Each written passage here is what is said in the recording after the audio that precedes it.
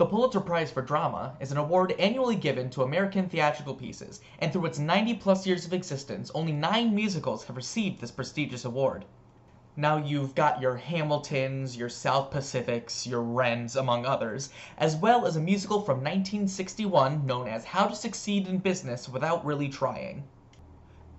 Now with some musicals, it's easier to see what made it win the award, like covering race relations, social issues like the AIDS crisis, even telling the founding of the nation. But what is it that makes How to Succeed American?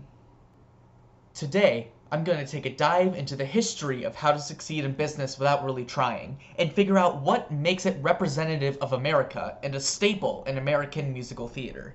How to Succeed began its life as How to Succeed in Business Without Really Trying, The Dastard's Guide to Fame and Fortune, a book written by Shepard Mead in 1952.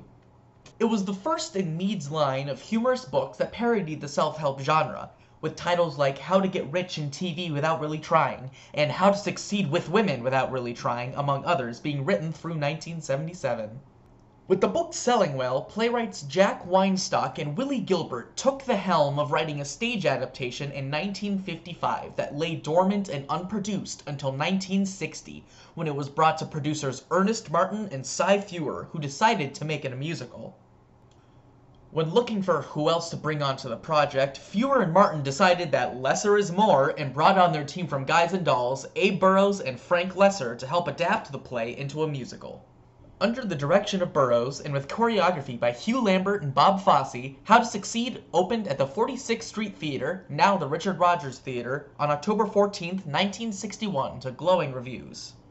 The show itself ran 1,417 performances and closed on March 6, 1965. During the awards season, How to Succeed was nominated for and won many awards, including winning 7 out of its 8 Tony nominations, including Best Musical and the aforementioned Pulitzer Prize for Drama.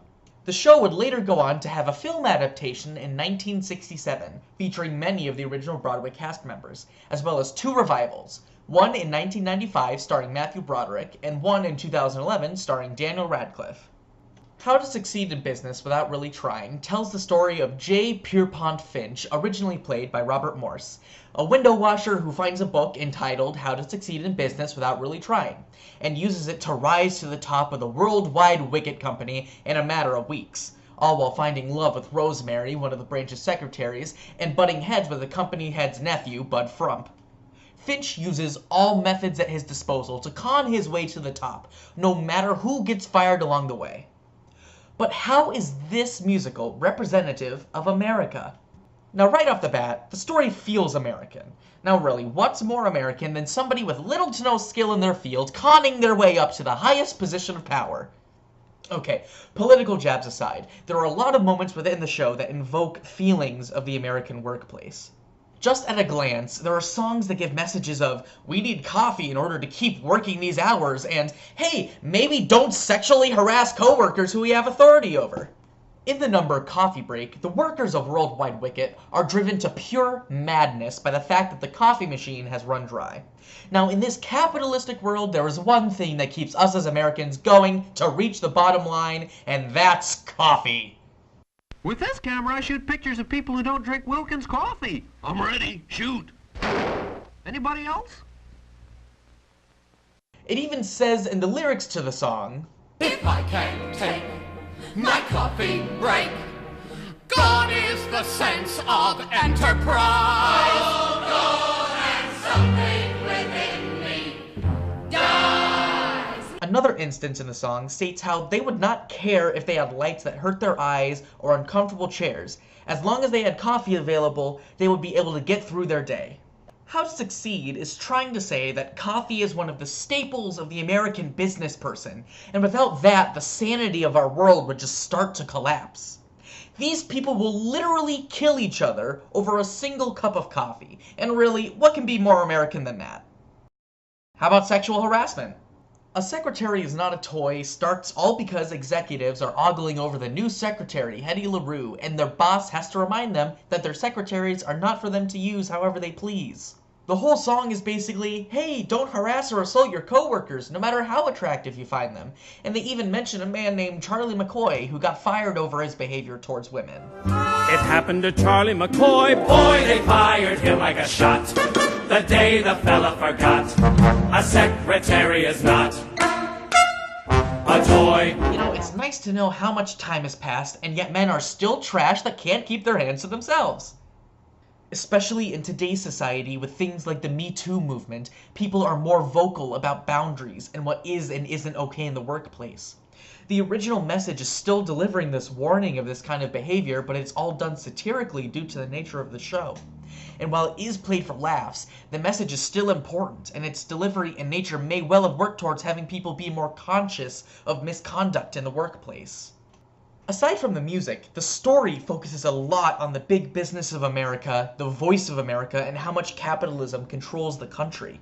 While it's not in the specific writing of the play, the role of the voice of the book has been a newscaster with a strong presence in the nation, like Walter Cronkite or Anderson Cooper, which is furthering this idea of embodying the American voice in the show, and it can be interpreted as the media pushing along this idea of capitalism and grabbing for power.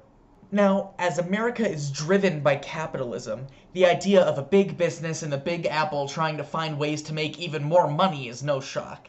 And the climax, with workers tearing their own company apart in hopes of finding a large amount of money, shows the greed of America and capitalism. America thrives on money and power, and everybody in this musical is striving to acquire just that, no matter the cost. Now, the character of Finch is an interesting one, because he's seen as the hero and the one you want to succeed, but he's a conniving cheat whose only real talents, aside from singing and dancing, are window washing and smooth talking.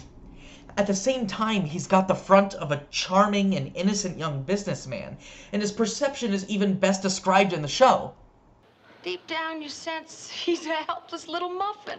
This allows him to pull off his schemes with little to no notice from his higher-ups, until he flies too close to the sun and everything blows up in his face.